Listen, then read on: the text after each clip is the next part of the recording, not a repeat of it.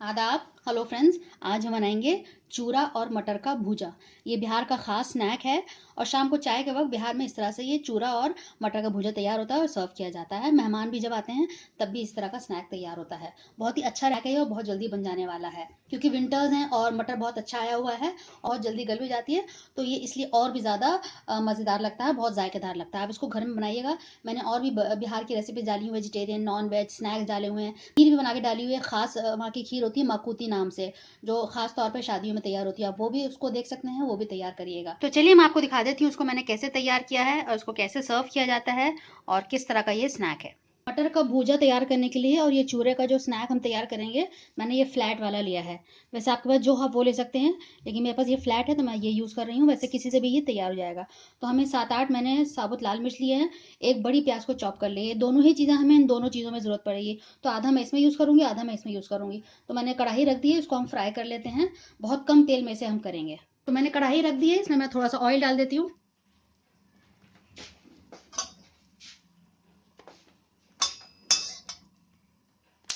2 tablespoon के आसपास मैंने इसमें तेल डाला है और इसमें मैंने प्याज डाल दिया है आधी। इसको हल्का सा लाल करेंगे, ब्राउन। अब मैंने इसमें साबुत लाल मिर्च डाल दी है, 3 मैंने डाली है इसको आधा तोड़ के। तो दोनों को ही साथ हल्का सा फ्राई कर लेंगे, हल्का ब्राउन करना है। लगातार चलाते हुए, इसे छोड़ना नहीं है वरना ये बहुत ज़्यादा काला हो जाएगा, उससे सारा टेस्ट खराब हो जाता है। तो 2 से 3 मिनट लगेंगे। फ्लेम मैंने लो टू मीडियम रखी हुई है। जब ये फ्राई हो जाएगा, ब्राउन हो जाएगा, तो इसको हम निकाल लेंगे। इसको इसमें नहीं छोड़ेंगे। फ्लेम मैंने अभी ऑफ कर दिया और ये हो गया है ब्राउन। अब इससे ज़्यादा हमें ब्राउन नहीं करना है, बस अब हम निकाल लेंगे इसको एक प्लेट में। साइड में करके आप सारा तेल निकाल दिएगा, एक साइड करके।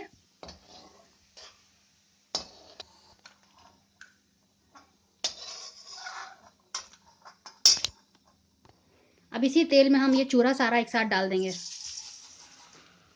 अब इसको भी लगातार चलाना हो, लो टू मीडियम फ्लेम पे करेंगे। तो इस तरह से इसको भी हम लगातार चलाएंगे।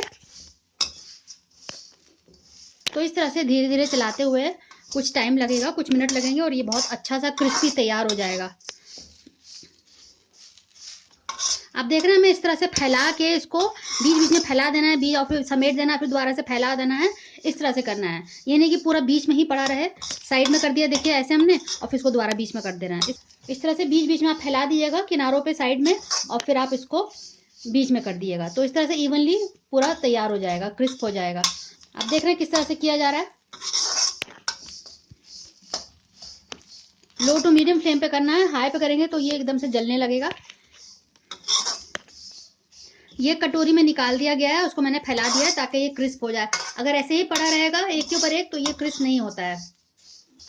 जैसे जैसे ये भुन रहा है वैसे वैसे थोड़ा थोड़ा ये श्रिंक होता जा रहा है, सिकुड़ रहा है। आप देख सकते हैं, पहले बिल्कुल फ्लैट था, अब थोड़ा सा श्रिंक हो गया है, हल्का सा कलर भी चेंज हो गया है।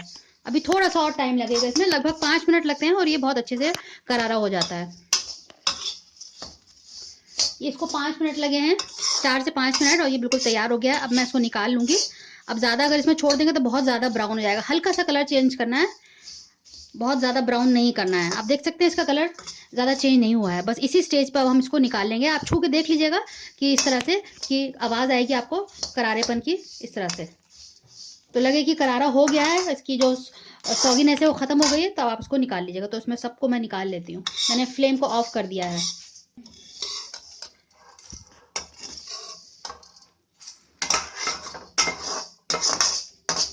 अब मैं इसी सेम कढ़ाई में सरसों का तेल डालूंगी। इसको हम सरसों के तेल में करेंगे मटर को। ये जो चूरा है थोड़ा ठंडा होने पे और क्रिस्प होगा। अभी आपको लगेगा कि सॉगी है, लेकिन नहीं, थोड़ा ठंडा होगा, बिल्कुल जब कूल डाउन हो जाएगा तो ये और ज़्यादा करारा हो जाएगा। तेल गर्म हो चुका है, अब इसमें प्याज और ये साबुत लाल मिर्च दोनों ही एक साथ डाल देते हैं और उसी तरह इसको फ्राई करना होगा। लगातार चलाते हुए इसको हमें काला नहीं करना होगा, ना साबुत लाल मिर्च को ना प्याज को, हल्का ब्राउन करेंगे। अब इसमें मैं थोड़ा सा नमक डाल देती हूँ, 1 टीस्पून के आसपास नमक डाल रही हूँ मैं, और इसको मिला देंगे।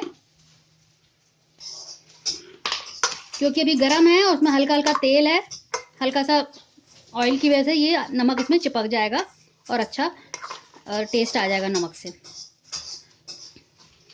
नमक आप अपने हिसाब से डाल लीजिएगा। इतने में मैंने 1 टीस्पून डाला है। अब ये भी इसमें मैं डाल देती हूँ।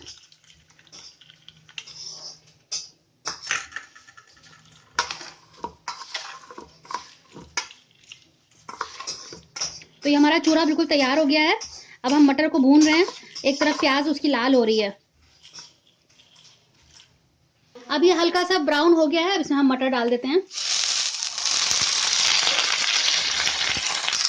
अब इसको भून लेंगे। इसमें पानी नहीं डलता है, इसी तेल में ये अपना आप भुनेगा और गल जाएगा। इसको भी 5 से 7 मिनट लगेंगे और अच्छे से तैयार हो जाएगा।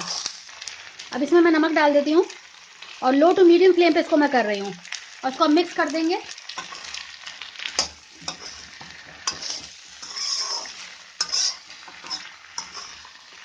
मैंने लोहे की कढ़ाई में कर रही हूँ, आप इसको नॉन स्टिक में या किसी में भी कर सकते हैं। अब इसको ढक देते हैं क्योंकि इसको गलाना है, तो भाप में ही ये गल जाएगा। क्योंकि सीजन की मटर है, बहुत जल्दी गल जाती है। इसे पानी बिल्कुल नहीं डालेंगे। बिल्कुल लो फ्लेम मैंने कर दिया है और ढक दिया है 3 से 4 मिनट के लिए। खोल कर देख लेते हैं। अभी इसमें पानी है, देखिए पानी छोड़ा है। मटर जो अपना पानी छोड़ता है वो छोड़ा है, तो इसी में ये गल जाएगा। हमें अलग से पानी डालने की ज़रूरत नहीं है। मैं चेक कर लेती हूँ। देखिए गल गया है बिल्कुल अच्छे से। बस 2 से 3 मिनट इसको ऐसे ही छोड़ देते हैं और ये अपना आप पानी भी सूख जाएगा और गल जाएगा और अच्छे से। क्योंकि जो थोड़े मोटे मटर हैं उनको थोड़ा सा टाइम लगता है गलने में, तो 2 मिनट और मैं इसको छोड़ूंगी इसी तरह से।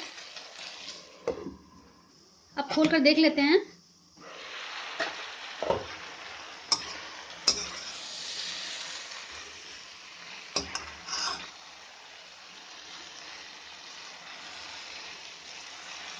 गल गए हैं अच्छे से। बस इसका पानी थोड़ा सा रह गया नीचे, थोड़ा सा पानी है, इसको सुखा लेते हैं। बाकी कसर होगी वो भी इसमें गल जाएगा पानी सुखाने में। लगातार इसको मैंने लो फ्लेम पे रखा था, हाई फ्लेम पे नहीं रखना था, क्योंकि इसको हमें गलाना भी था। अगर हाई फ्लेम पे रखे तो जल जाता और गलता भी नहीं। तो बिल्कुल लो फ्लेम पे इसको लगातार मैंने किया है। 5-7 मिनट के लिए ढक के छोड़ दिया तो बहुत जल्दी ये गल गया है। तो बहुत जल्दी ये स्नैक्स तैयार हो जाते हैं। अगर आपको घर में कभी शाम में तैयार बनाना हो, कुछ मेहमान आ रहे हैं, तो कुछ खास अलग से ये स्नैक हो जाएगा, आप इसको तैयार कर सकते हैं। सीज़न की मटर है, बहुत अच्छी आई हुई है और बहुत जल्दी गल भी जाती है। तो क्यों ना इसका ज़्यादा से ज़्यादा फ़ायदा उठाया जाए। शाम को चाय के साथ आप इसको तैयार करें। तो अब ये बिल्कुल तैयार है। अब मैं इसको सर्व करती हूँ और दिखाती हूँ आपको इसको सर्व किस तरह से करना है।